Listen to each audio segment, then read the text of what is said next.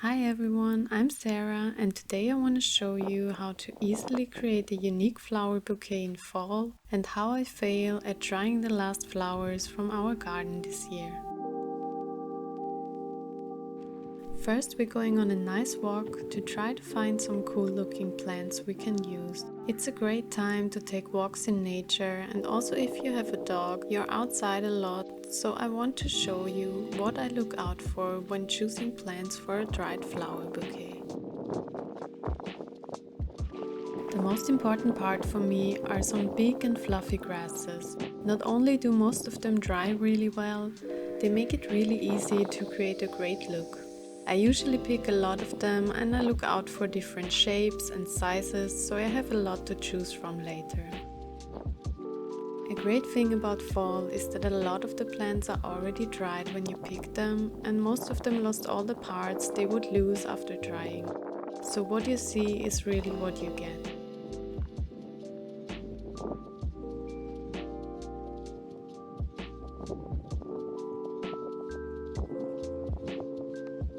This one I really liked because of all the little parts and how it got bigger at the top. Also, it was really sturdy, so it will survive a long time.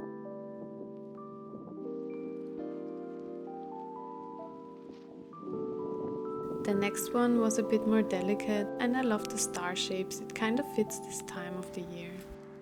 I found some nice grasses, they were also already completely dried.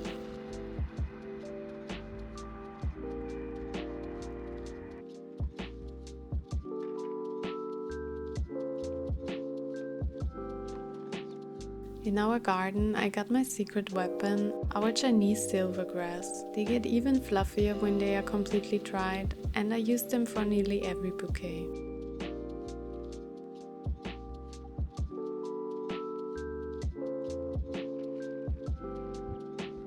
And a few days ago, these flowers started blooming. I think they are called Gloria Cosmos, and I want to try to dry some of them. I picked 3 of the flowers and I will put them in silica gel crystals. For that I use an airtight container, fill it with a bit of the silica gel, put the flowers in there upside down and cover them with more crystals. Then it's time to wait for a few days. The time depends on the flowers and I always experiment a bit until I find out what works for which flower.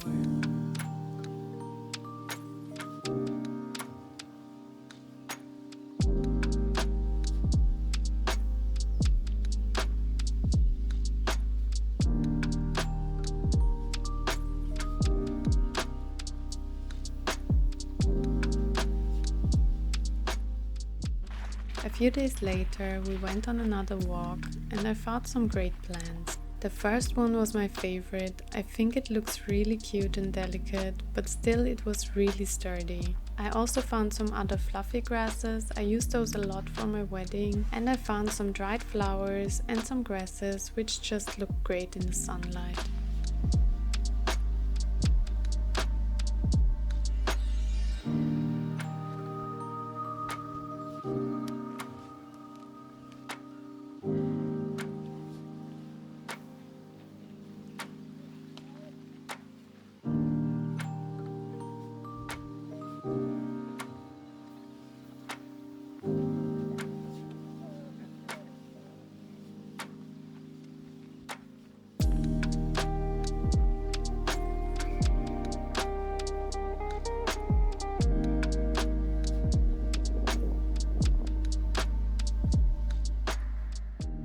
So let's have a look at the Gloria Cosmos. I waited a few days longer than I wanted, but I hadn't have the time to unpack them. To get them out of the sand, I always try to get most of the sand off of the flowers and never just pull them out. But with these flowers I clearly waited 1 or 2 days too long. But other than that, they are really sturdy, they held their color really well, and the last one actually turned out great.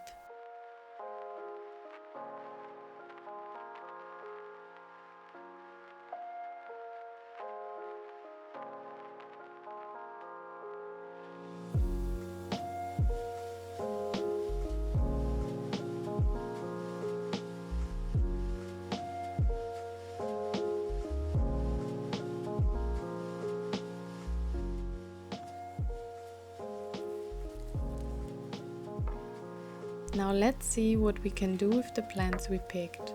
First, I divide all of the different types to see what we got to work with.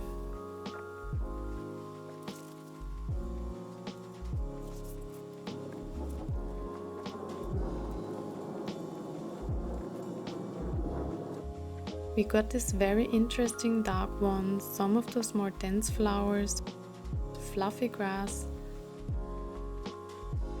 my favorite ones.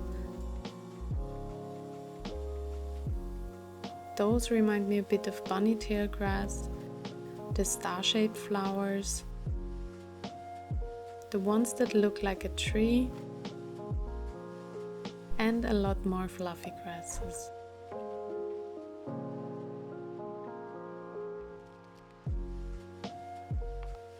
I sort out all the fluffy ones and we're gonna start with coloring the others. I always have a few graffiti spray cans for different projects and I want to try to make a colorful but still autumn feeling bouquet. And because I'm a responsible adult, I used cardstock to completely protect the table from the colors.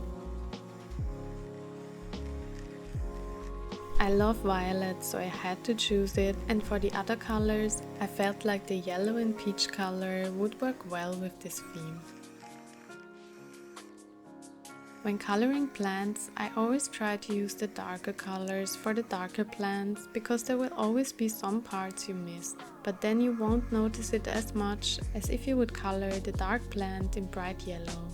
But I still try to mix it up and color different plants and flowers with every color.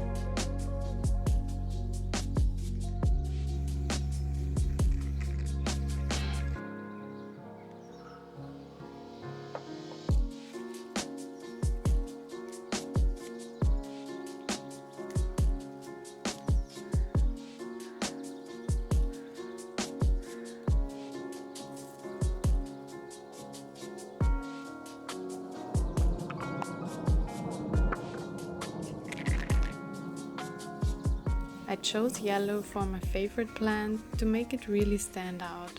And I also colored some darker plants with the bright yellow because I think the contrast would really fit the fall themed bouquet.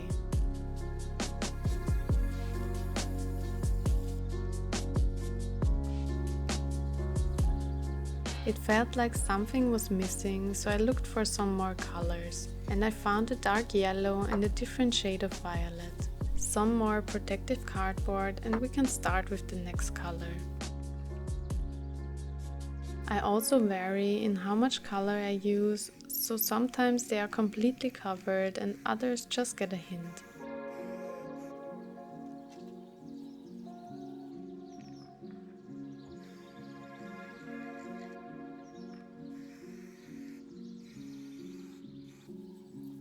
The fluffy grasses are a bit problematic together with spray colors. They tend to get sticky and lose their fluffiness, so it's important not to spray them too much and always shake them a bit so they don't stick together.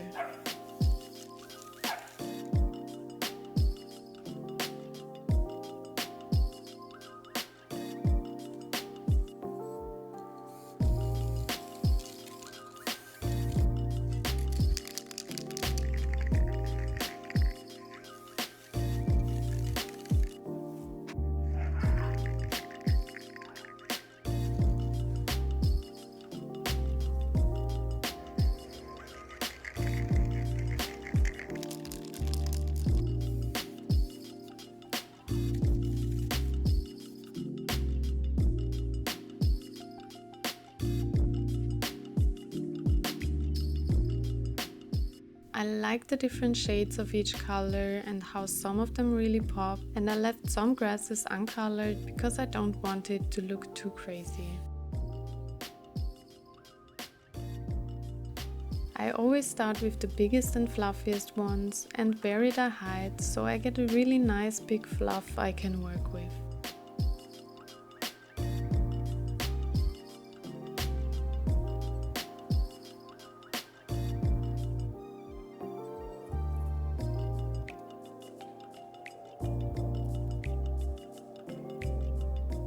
As you can see, I try out different combinations until I find something I really like, and I try to use the bigger pieces earlier because then it's easier to integrate them and put some smaller fitting pieces around.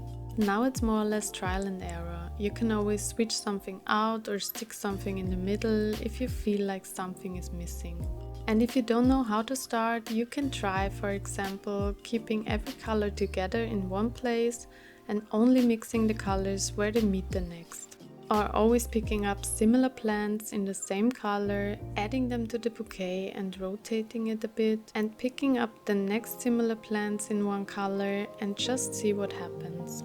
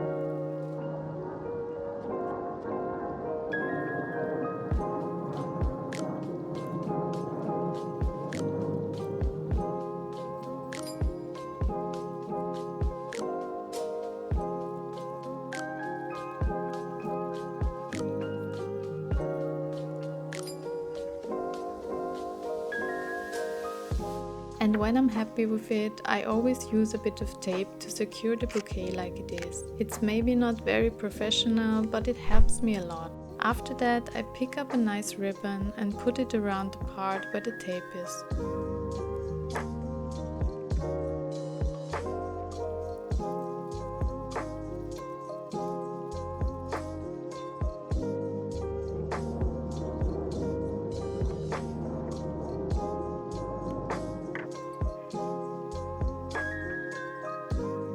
Then I just measure the right length for the vase I want to use and it's finished.